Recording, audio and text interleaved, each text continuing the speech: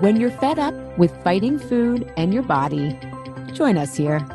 I'm Ali Shapiro, creator of the Truce with Food program and your host for Insatiable, where we explore the hidden aspects of fighting our food, our weight, and our bodies, and dive deep into nutrition science and true whole health. Fair warning, this is not your parents' health care. This is a big rebel yell to those who crave meaning, hunger for truth, and whose lust for life is truly insatiable. Believe me, freedom awaits. Welcome to Season 2, Episode 5 of Insatiable, Inferior, How Science Got Women Wrong with journalist Angela Saini. So I wanted to have Angela on because I read her book several months ago and just thought everyone needs to know about this, especially in these very anti-woman political times. Her book talks about how science likes to believe it's independent of politics, yet politics, the media, produce quite a vicious cycle that leads to the general culture believing women are inferior. And she really delves into the science to show how that's not true, how the gender differences from who's built for parenting versus who's more sexual are actually often fabricated, and there's no basis of science for it. So we're going to talk about all of that today. And I especially wanted to bring that point about this idea that women are better built for parenting, because I see in my practice a lot, and in the Truce with Food group, a lot of women have guilt over wanting a career, wanting a life outside of their career. They don't feel guilty for that itself, but they feel like they're never doing enough as parents. And I think a lot of that comes from this idea that women need to be the primary caregiver, but that's just socialized conditioning that we can unlearn. So I hope you get a lot of ahas today. You can see some of the beliefs that you've unconsciously been living by, and you can make better health choices for yourself and also a better emotional and life choices for yourself. So enjoy today's episode. And remember, this year's round of Truce with Food 2018 is open for registration from January 22nd. And the registration ends on February 1st and we begin on February 6th. So as you'll hear, one of Angela's big conclusions is that we are all very different, not based on gender or male or female, but really individuals, and we have to figure out what works for us. And that's what we're going to do in Truce with Food from a food standpoint, and also the reasons that you turn to food. So it's going to be quite the liberating journey. So I hope you'll join us if it's something that resonates this round for you right now. And you can get more information at alishapiro.com/truce with food. Enjoy today's episode.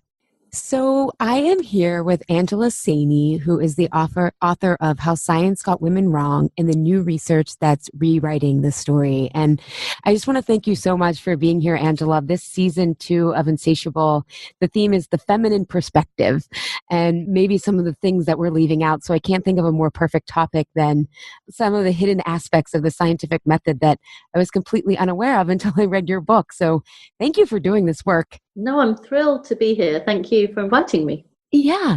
So I'm curious what made you want to follow this inquiry line? Like, what questions were you asking, or what suspects did you have to start to write Inferior? My background is in engineering. So for most of my science writing career, I've mainly concentrated on engineering stories, physical sciences, not really human biology or behavior at all. But then a newspaper editor here in the UK asked me to write a story on the menopause. And that kind of gave me an avenue into understanding actually how much controversy and how much of a scientific battleground research on women really is. There is so much contradiction there. There is quite a lot of bias. And that fascinated me because as someone who comes from a very different kind of scientific background in which you're not studying people, you're studying things. So it's not as complicated in a way. Studying people really is a minefield, but studying women in particular is a very special minefield. And that just sparked off this huge fascination in me. And I just wanted to know more. I wanted to understand myself. I wanted to understand the problems in science when it came to women. But I think fundamentally, I just wanted to understand myself. Yeah, at the end, I'm curious about how your approach to your own health has changed. Let me ask you that now, and then we'll get into the book. How has your own approach to your health changed as a result of this book? Well, I mean, not very much, I have to say, on health. In health terms, even though there are differences, I think, in the way women's health has been approached. And certainly for me, for instance, one of the big issues in my life has always been period pain. I get very severe period pain. I've ended up in hospital a few times because of it. And it never really occurred to me to question that. I just assumed that this is something women go through. There are painkillers for us to learn to cope with it, and we have to learn to manage our own pain, and that's it. I didn't really think too much about why it was that there wasn't, dedicated pain treatment for this condition, that it was taken as such a given that women should have to experience this pain and just live with it. It does not happen in any area of men's pain. There isn't any pain that men experience that they're expected to just absorb as a matter of course. But I think writing this book perhaps made me think differently about that, why it was that period pain, for instance, has been so ignored for so long, or, treated as such a throwaway problem when it really is debilitating for many of the women who suffer it severely. So I guess in that sense, it did make me question. But in terms of treating my own health, nothing really has changed. I still do the same things that I did. Yeah, I think what I love about your book is it kind of goes from this macro level into more micro in terms of studies and stuff. But you talk about scientists like to think that they are not influenced by politics. But in your book, you talk about that feedback loop a little bit. And I think what you're describing with, it's normal for women to have pain. That's kind of, when I think of politics, I think of cultural conditioning in general, like kind of the culture and politics to me are often the same thing. So how do you think politics influences science when it comes to women's health? Well, it's fundamental in a way, because politics and policy is what sets the parameters of how women's health is approached. So, for example, until fairly recently, the National Institutes of Health did not make it a requirement for clinical trials to include women as well as men. So often, many of the drugs that we use today were tested only on men. And that, we now know, may have had adverse effects for a small number of women. There are other drugs, for instance, that pregnant women can't take because they were never tested in pregnant women. There are drugs for diseases and issues that affect predominantly men, predominantly women, that we don't have treatments for, or we don't have enough treatments for. So there's no doubt that kind of the public policy aspect of this, the funding issues, which political issues in a way, because governments are some of the main funders of medical research, is crucial. That it's very important that we understand that politics is intimately related to this subject. Yeah, and I think what the challenge is part of why we don't have quite the equality we have in terms of funding and everything is because for so long, males were the dominant scientists. And I was fascinated in your book to learn about Darwin. I learned about him in biology class, and he sounded like this great guy, but he had some real biases in terms of one of the quotes that I pulled from the book. I mean, I laughed at first, but then I thought of all the downstream implications. Was he said that it's a stroke of biological luck that has stopped women from being even more inferior to men than they already are. I mean, you have to laugh at that now, 100 years later, but that really influenced and made a really inhospitable environment for female scientists. Well, actually, at that time, there weren't very many female scientists, obviously, because in Victorian Britain, women didn't have access to higher education. So also the scientific establishment was pretty much closed off to them. The women scientists there were tended to be the wives of scientists. So a lot of scientists were amateurs, gentlemen amateurs, and they would work from home. And so if you happened to be a woman interested in science, you would marry a male scientist, and that would give you an avenue to be able to do this kind of research. Or sometimes, if you happen to be the daughter of a scientist, then that would also give you an avenue to do this research. Women scientists, in the way we think of them now, on an equal footing to men, didn't really exist. There were very few of them anyway. Right. Well, and I think that environment, though, discouraged. I mean, granted, it was a different time and space in terms of who had access to school and being a scientist, but it certainly didn't make it for a hospitable environment. I think of like the equivalent of the tech industry today. Like, it's very brutal to even try to be in there at all, let alone thrive. Yeah, I think what people like Darwin did, male scientists who painted women as inferior, who kind of reinforced the stereotypes with their so-called biological facts, they were really holding all of women back, because this was a time, especially near the end of Darwin's life, that women were fighting they were out in the streets fighting for the vote, the right to vote, very simple rights. And to have prominent male biologists tell the world that they didn't deserve them because they weren't naturally equal, that they were biologically, intellectually inferior, couldn't have helped that cause in any way. So it's really sad that at a time that science should have been elevating women, should have been giving us the truth, should have been furthering progress in society, it should have been kind of on the leading edge of society, was actually on the back foot and was telling us exactly what they shouldn't have been telling us, which is perpetuating these very ill-founded assumptions about men and women. Yeah, and I think that's another great example of the political influencing this feedback loop often. And if science were really unbiased, we might have more balanced politics of the sexes as well, which I'm a big champion for. One thing that you mentioned in that example, and also I thought was really interesting, was also how this the scientific body then has the role of the press, right? All of these things are kind of culture makers together.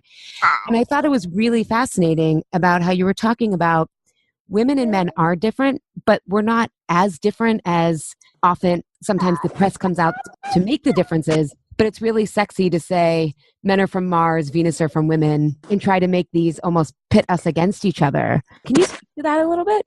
Well, I think this has happened for a very long time. There's always been, and I think in many societies, this kind of division between the sexes created, wherever it comes from, it's been exacerbated by culture and religion and laws and society, this idea that we are very, very different. And, that's where our ideas of gender come from today. The entire construct that we've built around gender stems from these very ancient assumptions about what was appropriate for men and women. And we've built on that for centuries. So in that sense, it's very old. What scientists did when modern science came along, so I'm talking about kind of post-Enlightenment science in the 18th and 19th century, was not question how it was that these ideas about gender came about, but actually through biology reinforce how these ideas about gender might be true. And that was dangerous. It was a very lazy assumption that these scientists made. But in some sense, we can forgive them because it was such a natural thing to do, because we all do that every single day. Every time we look around us and we see, for example, if we see a group of women and they happen to be talking in a group of men who don't, we think, oh, women are naturally more gossipy. And so what didn't happen post-Enlightenment was a kind of attempt to start again and say, we have all these ideas about men and women. Are these rooted in fact or are these biological? Where did these ideas come from? That didn't happen. What they did instead was that they assumed that everything they saw around them reflected biological facts. So Darwin looked at the world around him. He saw that women weren't achieving as much as men, and he assumed that this must be because women are somehow intellectually less capable. He didn't really question all the structure of society around women that prevented them from achieving as much as men. To vote at that point, they didn't have access to higher education, like I mentioned before. Often girls didn't even have the same kind of primary education as men. So, from a very young age, girls were being treated very differently from boys. And as soon as they were adults, they weren't given access to the corridors of power. They weren't given access to the professions. They weren't given access to higher education. So there was no scope of them even achieving what men achieved. Yet Darwin and others kind of skimmed over all that and just assumed that the outcome was the biological fact, that this was innate, that the reason society was structured this way is because women were less capable. And that was the big mistake. And I think that's a mistake now that science, and social science in particular, has started to correct. That reminds me, here in the States, there's a very strong meritocracy belief of if you work hard enough, you're going to succeed. And I think when we look at people who are wealthy versus poor, we don't look at why certain people are wealthy, why certain people are poor. I think it's a similar comparison of let's look at all the root causes that certain people are wealthier and some people are poor versus just assuming it's this natural selection, especially because in America, a lot of times that means race and class are highly intertwined. One of the socialized constructs that you brought up in your book was that assuming women were built for parenting. in a way that men weren't. But if you actually look at, you were saying it, at the history through a less biased lens, there isn't these dramatic differences in who should be the sole caregiver. No, the thing is, humans are very plastic in this way. So there are societies, for example, in which men take very little interest in childcare, that they're not very hands-on parents. There are other societies in which men are very, very hands-on parents.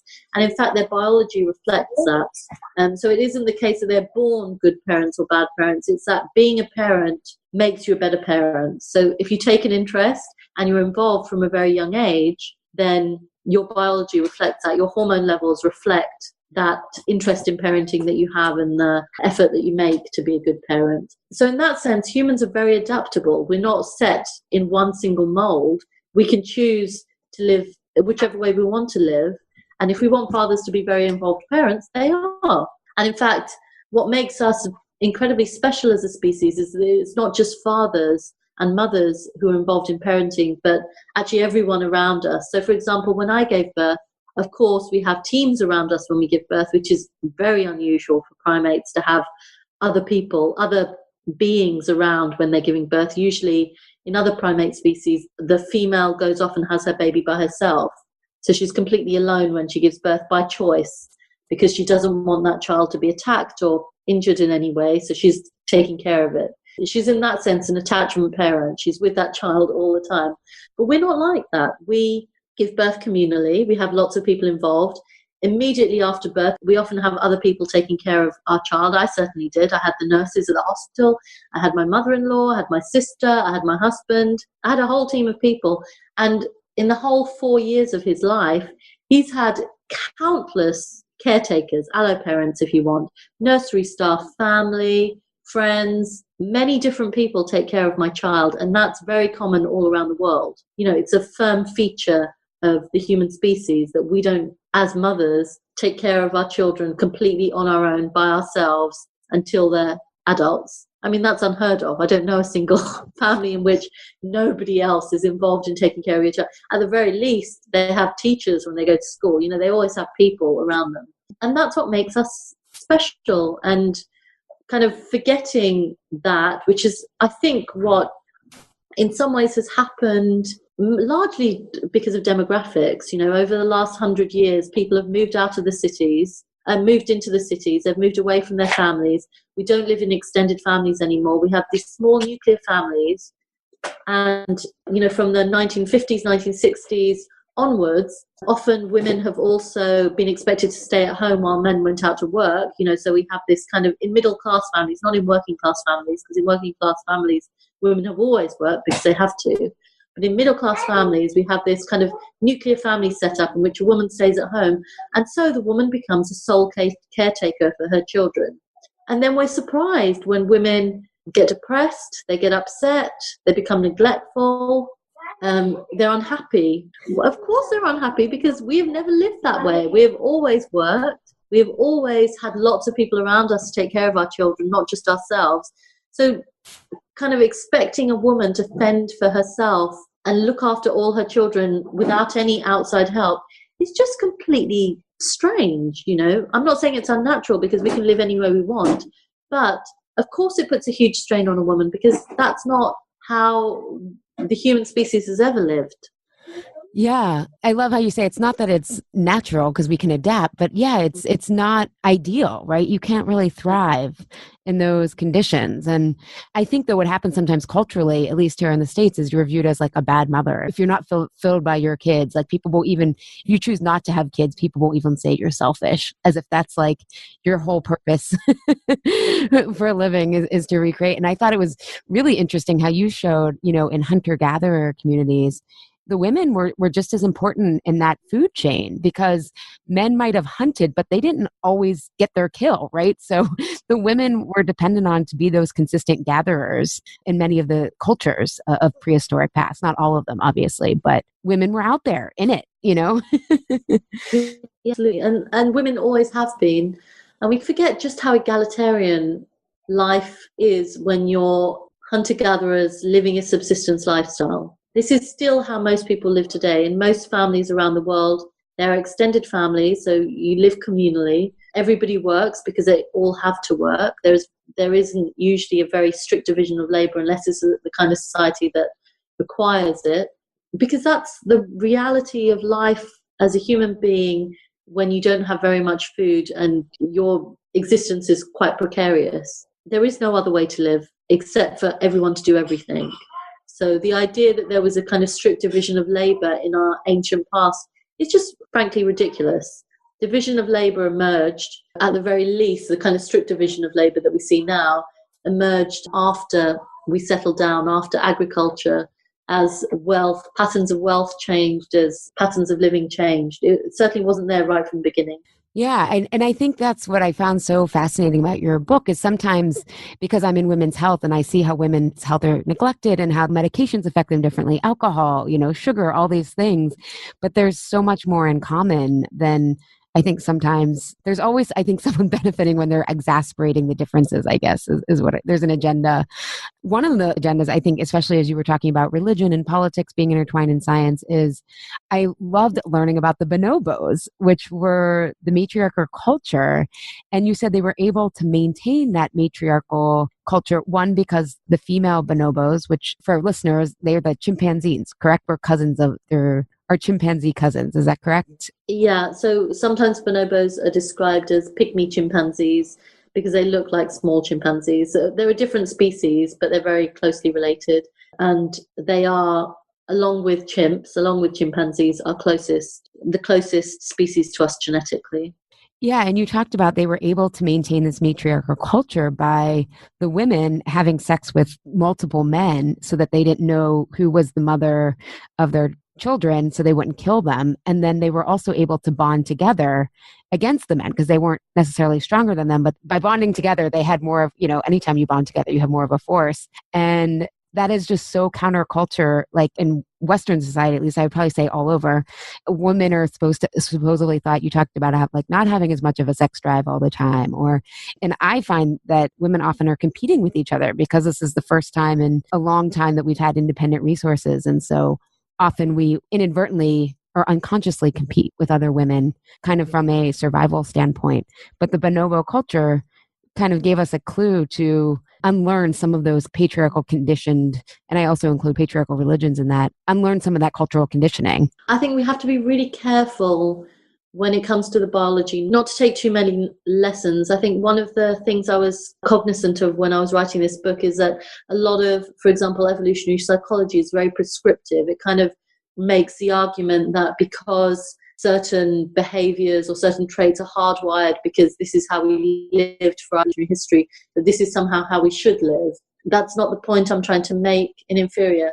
Equality is something that we have decided as a society, as a civilization, is a right that we all have, that it's a good thing, that we are all equal, irrespective of who we are and what we're capable of. And in that sense, the science actually doesn't even matter, because if science were, for example, to show that there is, let's say, a 5-point IQ difference between men and women, which there isn't, there is no IQ difference between men and women, but if it were to show that, it shouldn't matter to the cause of equality. We should still treat everybody the same. We should still push for equality anyway, because that is what we've decided as a society is a good thing. We know we're all different. We know we all have, as individuals, differences, but we are all equal. Where I think the science matters is when it comes to those people who argue that there are natural differences between us that mean that you can discriminate against groups. And that's where I think the problem lies. And the point of my book wasn't to say that because bonobos, for instance,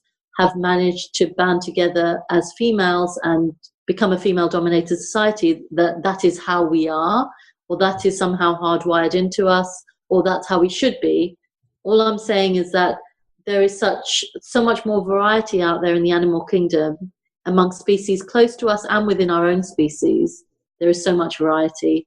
We can't be as prescriptive about us as, for example, Darwin was. When Darwin looked around and said that women are like this and men are like this and inequality is fair because we are so different, what I'm saying is equality, what we're pushing for as a society when we say that we're equal, does not run in any way counter to anything that biology says. Not that biology says we're equal, so we should push for equality, but that biology doesn't stand in its way, which is the argument that some people make, this biologically determinist argument that we don't deserve equality, or, that it's unnatural for women to do the things that men do, or for men to do the things that women do. So I think we have to be careful about reading or drawing too many lessons from other species, or looking too hard for example, matriarchal societies, or examples of women who run counter to our stereotypes. Because even though that's useful in kind of broadening our perception, we shouldn't need that to fight for equality. If that makes any sense. I don't know if that does make sense. Yeah. And I'm glad that you clarified that, because I think what I was trying to say is when we can look at these cultures that are different than how we've been conditioned, it gives us that opening to say, wait, am I that way because of the culture or because of who I really am? And at least ask that question, rather than, I just find the cultural waters, when you're swimming in them, to be so hard to know what's actually culture versus inherently who you are. Yeah. I think in Inferior, the reason I have all these different examples of stuff that goes counter to our stereotypes is exactly what you say, that it makes us challenge our stereotypes, makes us think again. But I think what I've realized since writing the book is, especially since I've done so many interviews like this, I've done a lot of talks, and what I've realized is that why do people need these examples? Why is it so important for them to have these examples of societies, for example, in which women are promiscuous or are given license to behave however they want sexually? Why is it so important for us to know that there are very intelligent women out there who have achieved in science as much as men have? Why should it make any difference if we're equal, if we know that we are intellectually equal, that we are sexually equal? Why do we need hard examples to fight for equality? And I think as humans, maybe we do need those examples because we find it hard to accept otherwise. The barriers in our minds are so profound that unless we can see it actually happening, we can't accept that it's possible, which is a shame in a way, because I'd like to think an equal society is possible even if we've never seen it anywhere else. Even if it's never existed, an equal society should still be possible. But for some reason, we want to believe that it existed once, or we need to see an example of it having actually happened before we can believe that it can actually happen again. Yeah, no, I think that's actually a really existential question. I love it. Like, why do we need those examples? And again, I think a lot of the work that I do with clients is making them feel, is part of why people overeat and overdrink is when they feel emotionally at risk. And I'm just realizing how important belonging is to evolution, to survival, having that sense of belonging. And so I think when we have these examples, it gives us permission that, hey, we're not going to be all out there alone. And I think what's so important about your book, and why I just had this huge oh my God, is because as someone who tends to be analytical, more scientific minded, if you're like, well, let's go back to the data, but then you realize that the data is skewed, right, in such an entrenched way. It's like, oh my God, I've been looking at data that maybe it's not untrue, but it's not the whole story. It feels like when I had, for example, I had a lot of health issues, and I was able to piece them back together or heal myself through food, and instead of the medicines I was trying to use. And I was like, wait, how is this happening? I don't even understand. And it was almost like I couldn't believe it because it was so outside of the norm. But I don't know. I think that sense of belonging and comparing ourselves can be a beneficial thing too, as well, so that we are culturally included and socially included. I think it's a very human thing to want to, if things are going to be very different from how they are now, if we're going to do something that challenges very ingrained assumptions that we have, or the narrative that we have about the world, if something's going to come along to challenge that, well, then we need extraordinary proof that it's possible. It's not good enough to be idealistic or just to have a belief about it. We have to know that it's possible. We have to know that it can happen. And I think that's part of the reason why, even to this day, so many people still resist sexual equality. The idea, there's so many millions of people out there who still very firmly believe that it's impossible for men and women to be equal, to have equal position in society, to do the same things, because it's so far outside their imagination that kind of life might be possible. And I think one of the reasons that the people who think it is possible think that it's possible is because we've often lived in societies or in circumstances where it's already happened. So for example, in my case, I grew up in a very egalitarian household. My mum and dad split everything down the middle. They did everything. My dad at no point saw any distinction between men's work or women's work, or work at home and work outside the home. For him, it was all the same. And my mum felt exactly the same. So for me and my sisters, there was never any sense that there was anything that men could do that women couldn't do, or that there should ever be any barriers for us in our lives because of our gender. Gender was never an issue for us. And I guess that has always instilled me, whatever other stereotypes I have, and I know I have other gender stereotypes because obviously I grew up in society, and like everybody else, I'm exposed to gender stereotypes. I've never thought that men and women were intrinsically unequal intellectually or cognitively. So it's natural for me to assume from that position that, of course, sexual equality is perfectly possible. Why wouldn't it be, given that we're not different? But then I know that there are many other people who didn't grow up in those kind of circumstances, who've never seen sexual equality in practice. So for them, it's a much harder cognitive leap, isn't it? Psychologically, it's a big jump for them to imagine that something that they have never seen before might actually be possible. So I can understand why it's difficult for them. And also, for some people, they are invested in sexual equality not being possible.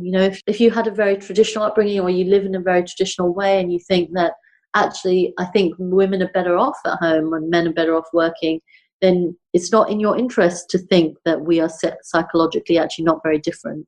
And the same for men. There are many white privileged men out there who don't want things to change because it would take away some of their privilege and some of the kind of benefits that they enjoy, because women aren't in the workplace challenging them and competing for the same jobs. So one of the best quotes I heard after the 2016 election here was, when you've had privilege, equality feels like oppression.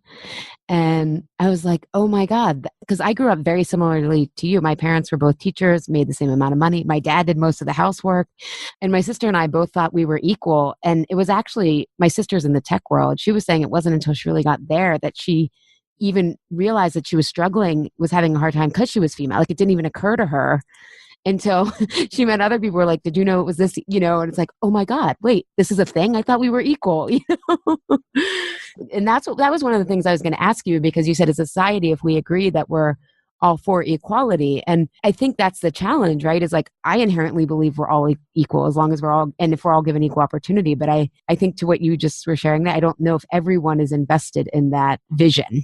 Yeah, I think politically, that's what most societies have decided is right. This is where the idea of human rights comes from. This is a kind of universal goal, that we are equal, we should be treated equally.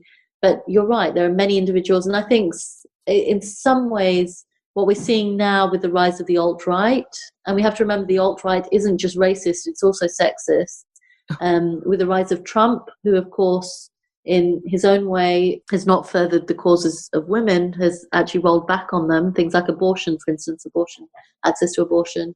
I don't really think these days that everyone is invested in the same way, even politically. So we knew that there were individuals who were opposed to equal rights, but now it feels that even politically there are elements out there who are resisting the cause of sexual equality. And that's a real shame. I think we have to be so careful as women not to lose the rights that were so hard won by our mothers and our grandmothers and our great-grandmothers. They fought and died for what we had.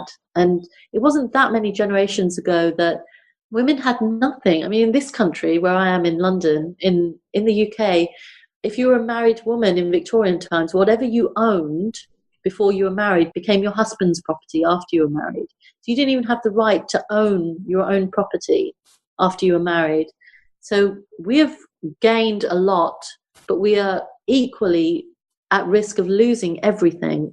And so we have to, keep the fight up. We have to make sure we never become complacent or take anything for granted, because just as easily as we have fought and won things in the past, we can lose them. Yes, I'm so glad you said that, because I feel that way as well. And I was stunned frankly, that over here, 53% of white women voted for Trump. And I have a lot of theories on that. I think some have internalized their own oppression. They think, oh, this is just, and a couple of the women I knew who voted for him had been emotionally and physically abused and just, or are in emotionally controlling relationships. And they think, oh, that's just how it is. And I think some of them also benefit from their husband's white male privilege. And so they feel safe enough. And then some people might have had other reasons, but as a block, white women keep voting for women's rights to be rolled back. It's kind of like they did in Virginia, they did in Alabama in recent elections, and it's obviously not all white women, but the majority. And it's kind of, granted, it's often intertwined with religion, but it's fascinating. And there was an article actually this week, or maybe it was last week over here, about these women who are complaining because they're in the alt-right movement, and they're like, oh, but they're being so mean to us because we're women. And it was like, yeah. That's like, it's not just about being white. It's about being male too, you know? I mean, I laugh because it's sad, but it's like, I didn't know what they thought they were getting into, I guess, in joining in forces with that. So just to kind of turn back to health, I think one of the things that I thought was so important that your book brought up is that because we aren't honoring that our bodies, women's bodies have differences, and we're not as included as medication testing, you brought up things like ovarian cancer, which there's no good test because no one's studying it. And I think that's one of the biggest concerns that we have to take up as women, is like advocating for health tests that, like, if men were suffering from, there would be, you know, a cure tomorrow. Or I even think about like with Viagra, right? Like that is covered by health insurance here. But, you know, we're fighting right now for birth control to have access, but Viagra, sure. Do you have any recommendations for how women can start to be champions for these areas of research, or any ideas or thoughts on how to approach that? There are already very mature and dedicated campaigns for women's health. In the US, for example, I describe one of them in the book. There was a huge campaign from within governmental bodies to include women in clinical trials, for instance, and that's happened now. So women are now included, females are now included, sex is included as a variable in many medical studies, and that's also true in Europe. So some battles have already been won. And in certain diseases, women's health is already taken very seriously. So, for example, I don't know about the US, but here in the UK, breast cancer is a very well diagnosed, very well treated condition that many women now survive because it's been taken so seriously. Women have taken very good control of their own health in that respect, and it's been taken very seriously. There's a lot of funding behind it. So my mum, for example, had breast cancer a couple of years ago. It was diagnosed, treated incredibly well. She's completely better now, and that's largely because breast cancer is such a good, well kind of funded, well understood. You know, women routinely make sure they check themselves.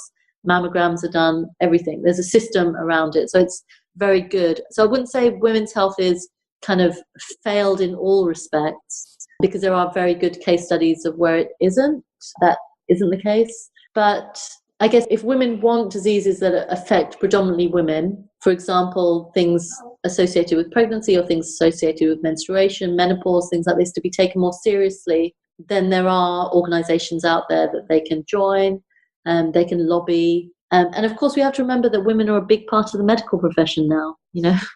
Yeah, most that's exciting. Students are women, you know, the majority of medical students are women, and that's true all over the world. So I think in medicine, particularly, women are becoming very well represented, both on the science side, the policy side, but also in public kind of visibility of women in certain health issues, that we're well represented. So I think we're already there, we're getting there already, and I think the progress is good. I think what we have to be careful of, and I think I make this clear in Inferior, is about treating men and women as though we're completely different species. We're not. We're actually very similar, and in fact, one of the reasons that we don't see a huge number of adverse drug reactions in women compared to men, even though drugs have predominantly been tested on men, is because we're so similar. We actually don't have a huge amount of difference between us, except for in things, obviously, that to do with reproductive organs or to do with sexual organs, hormones, things like that. But in many ways, we're not that different. I'm glad that you clarified that and brought that up, because I think especially as feminism is having this resurgent, I have some in-laws who don't want to be called feminists because they have a different idea of what it is. They don't understand why I consider myself one. And there's this idea that it's like women versus men versus feminism is just about all of us together, like moving forward. And I think that idea that, hey, women and men are actually much more similar than I think yes, there's differences, but we are very similar. We want similar things. And how can we pursue that together in an equal way is so much more cooperative rather than, adversarial to approach things. And we don't have to recreate the wheel. We can start, we have a good starting point and can just build upon that, especially as we bring new lenses to medicine, to fields and stuff. In wrapping up, I'd love to ask you, what do you think is the radical truth of your book? Oh God, I don't know. I mean, science, even though it's the pursuit of the truth, doesn't really offer truths when it comes to human behavior and biology, because we're so complicated as a species. We're always changing, and individually we're all so different. So I think one of the lessons that I learned from writing it is that we can't generalize. We can't generalize about men and women. We can't generalize about any group really, because as individuals, we're so, so different from one another. And I think one of the challenges for science going forward is to understand the extent of that individual difference and make that part of the picture when it comes to research. So rather than lumping people into groups, try to understand us as individuals and understand how that individual variation works. So if there is any truth in there, I guess that would be one. But I think the big message from me, even more than that, is that, well, two really. One is that there is nothing standing in the way of equality. That equality really is, if we want to think of it this way, our natural right. But there's certainly nothing in biology that suggests that equality isn't possible. And secondly, I want people who read the book to become much more critical of the science that they read. So I get very frustrated sometimes when I read the papers, or even when I read journals, scientific journals, and I see stuff that suggests that, men are from Mars and women are from Venus. I just think, really, in this day and age, are you really still kind of banging on this drum? Very often those studies have problems. So they're very speculative, for example, or, the research is very limited, the study is very limited. So what I hope is that women and men read my book and just become a bit more kind of wary and critical of what they read, to not take it at face value when they read about science in the press, to always remember that one study is not the be all and end all, especially when it comes to human behavior. I love that. And I love in this interview too, how you've been able to be so nuanced about the differences of us. And I've, obviously caught myself making generalizations I didn't realize I was making. And I appreciate that, because when I work with my clients, I'm like, there is no formula. We have to figure out what works best for you. We have certain systems that we can start with and foundations, but then ultimately everyone's body is so different at different phases of their lives with different, stress periods. So I really appreciate you clarifying that. And yes, to being more critical about scientific studies and overgeneralizations, because the PR people are doing the press releases, right? Not the scientists. Yeah. I think science wants to hype itself because that's how they get funding and they get support and get published and get attention. So, sex different studies are so fashionable and so sexy, but we, as consumers of this content, we just need to be a bit more skeptical and a bit more careful, really. Yeah. I cannot recommend this book enough, Insatiable listeners. Inferior, How Science Got Women Wrong, and the new research that's rewriting the story. It will fire you up. Thank you, Angela, for being here. Thanks so much for having me on your program. I really enjoyed it. Thank you, Health Rebels, for tuning in today. Have a reaction, question, or want the transcript from today's episode? Find me at alishapiro.com. I'd love if you leave a review on Apple Podcast and tell your friends and family about Insatiable. It helps us grow our community and share a new way of approaching health and our bodies. Thanks for engaging in a different kind of conversation. And remember, always, your body truths are unique, profound, real, and liberating.